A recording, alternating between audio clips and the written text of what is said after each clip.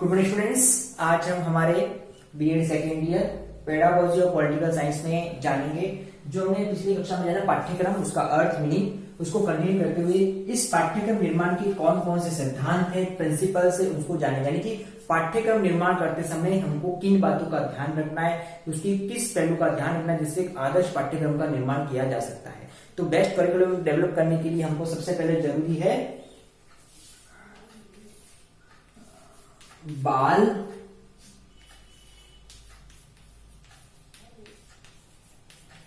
केंद्रिता।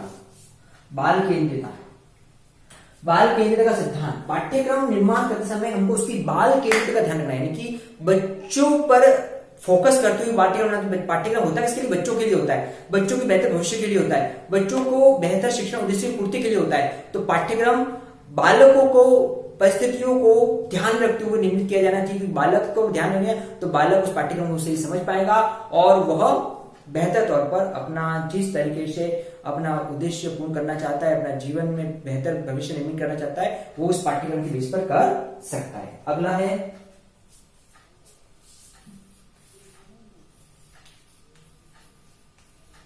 समुदाय केंद्रित।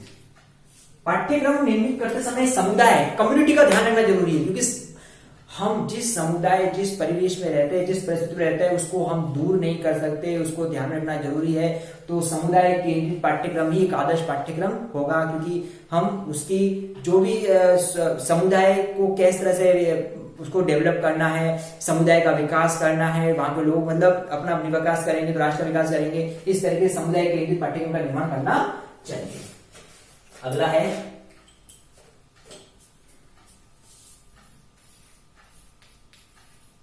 एकता।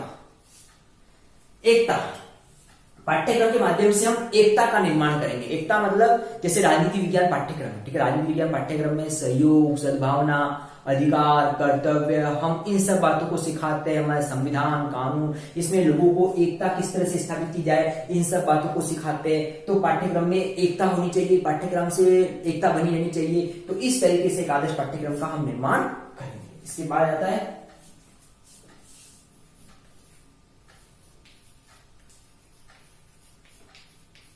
सृजनात्मक, क्रिएटिविटी। पाठ्यक्रम में विविधता होनी चाहिए, सृजनात्मकता होनी चाहिए, क्योंकि सृजनात्मकता के माध्यम से कुछ नयापन होगा। बच्चा उस पाठ्यक्रम के माध्यम से कुछ नया करेगा, अपने लिए, अपने परिवार, समुदाय, राष्ट्र के लिए कुछ कर सके, कुछ नयापन कर सके, एक नई सोच विकसित हो सके। इस तरह के पाठ्यक्रम की व्यवस्था होनी चाहिए, जिसमें परंपरागतता को थोड़ा सा हटाकर कुछ नयापन और कुछ नई बातों को शामिल करेंगे, हम सृजनात्मकता का निर्माण करेंगे। इसके बाद आता है नेक्स्ट पॉइंट है अपने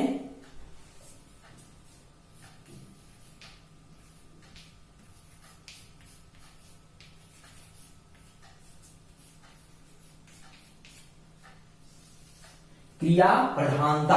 क्रिया मीन्स एक्टिविटी। पाठ्यक्रम एक्टिविटी बेस्ड होना चाहिए। बच्चा उस पाठ्यक्रम को पढ़ने या जानने के बाद में कुछ ना कुछ एक्टिविटी कर सके, क्योंकि करके सीखना एक अच्छा बात है कि करके सीखकर, किसी बात को करके हम जल्दी सीखते हैं, और इस बात पर, इस बल पर ध्यान दिया जाना चाहिए। तो वो तब संभव है जब पाठ्यक्रम में क्रिया प्रधानता, किसी न किसी एक्टिविटी की प्रधानता को भी ध्यान दिया जाएगा। इसके बाद जैसे कि साइंस है, तो साइंस के पाठ्यक्रम में बिना एक्टिविटी, बिना क्रिया के, या मैथमेटिक्स है उसमें बिना एक्टिविटी के बच्चा उस पाठ्यक्रम को समझ ही नहीं सकता, इसलिए पाठ्यक्रम क्रिया प्रधानता वाला होना चाहिए। अगला है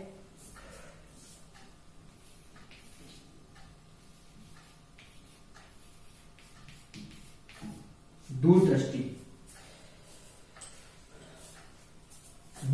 यानी कि सीमित सोच ना होकर व्यापक सोच रखना, दूर की दृष्टि रखना, बच्चों को बेहतर भविष्य के लिए तैयार करना कि वो आज का पढ़ा हुआ पाठ्यक्रम उनको बेहतर कल की और किस तरीके से लेके जाता है, एक नई सोच की ओर लेके जाने वाला पाठ्यक्रम होगा। तो कब होगा? जब पाठ्यक्रम दूरदृष्टि वाला होगा, यानी कि सीमित सोच को ना रखते हुए दूर की सोच रखने वाला। क्योंकि बच्चा जब विद्यालय जाता है तो उसके हम बेहतर भविष्य और कल के लिए उसको तैयार करते हैं, तो वो पाठ्यक्रम के माध्यम से पूर्ण हो सकता है। अगला है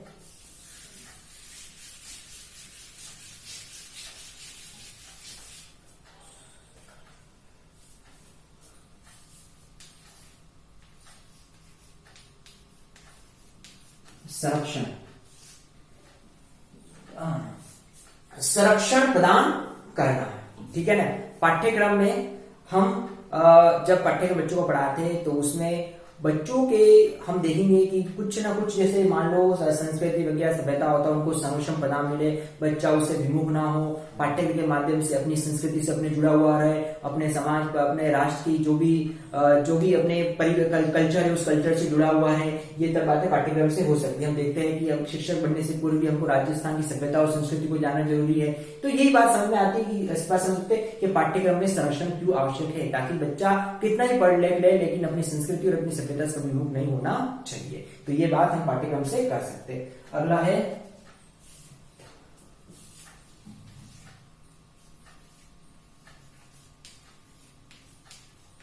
लचीलेपन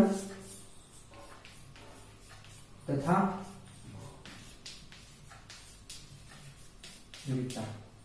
एक आदर्श पाठ्यक्रम वही है जिसमें लचीलापन तथा विविधता है। लचीलापन और विविधता का मतलब उसमें आसानी से अगर कुछ परिवर्तन करना हो तो वो परिवर्तन कर सकता हो, क्योंकि पाठ्यक्रम अगर कठोर होगा तो उसमें परिवर्तन करना थोड़ा मुश्किल हो जाएगा। इसलिए पाठ्यक्रम को लचीला रखिए, ताकि एक अध्यापक भी जब पढ़ावे तो उसमें अगर उसके हिसाब से कुछ उसको लगे कि कुछ बदलाव है तो वो आसानी से उसको पढ़ाते समय उस परिवेश उस परिस्थिति को समझते हुए कर सकता है। विविधता, पाठ्यक्रम हमेशा विविधता वाला होना चाहिए। एक मतलब विविधता होगी क्योंकि हमारा देश विविधता वाला देश है। उस विविधता वाले पाठ्यक्रम में जो बालक होगा अपने साथ साथ विविध बातों को भी शामिल और जान सकता है।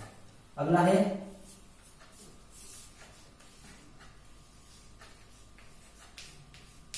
उपयोगी।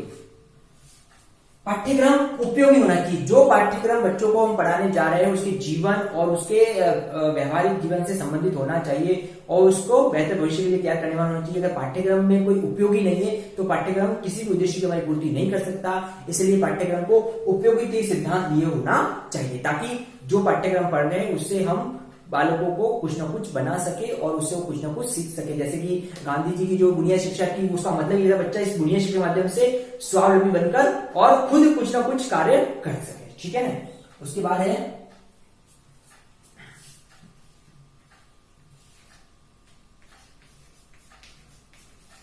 व्यापक।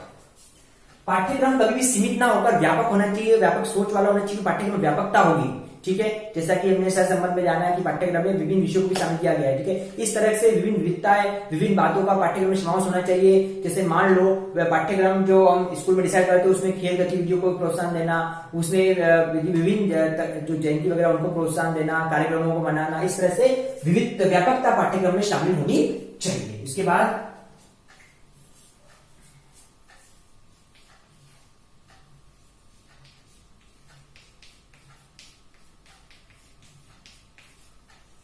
अंतरराष्ट्रीय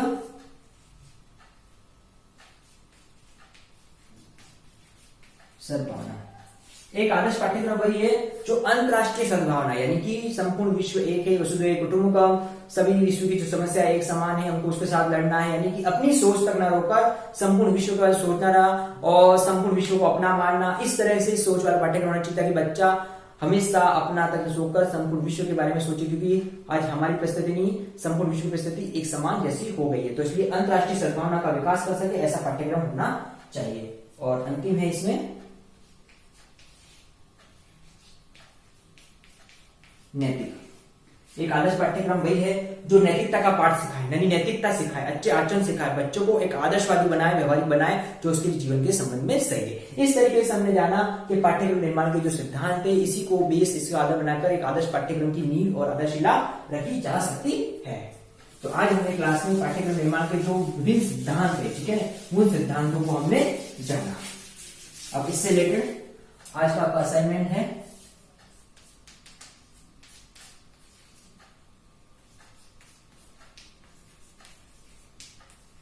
पाठ्यक्रम निर्माण के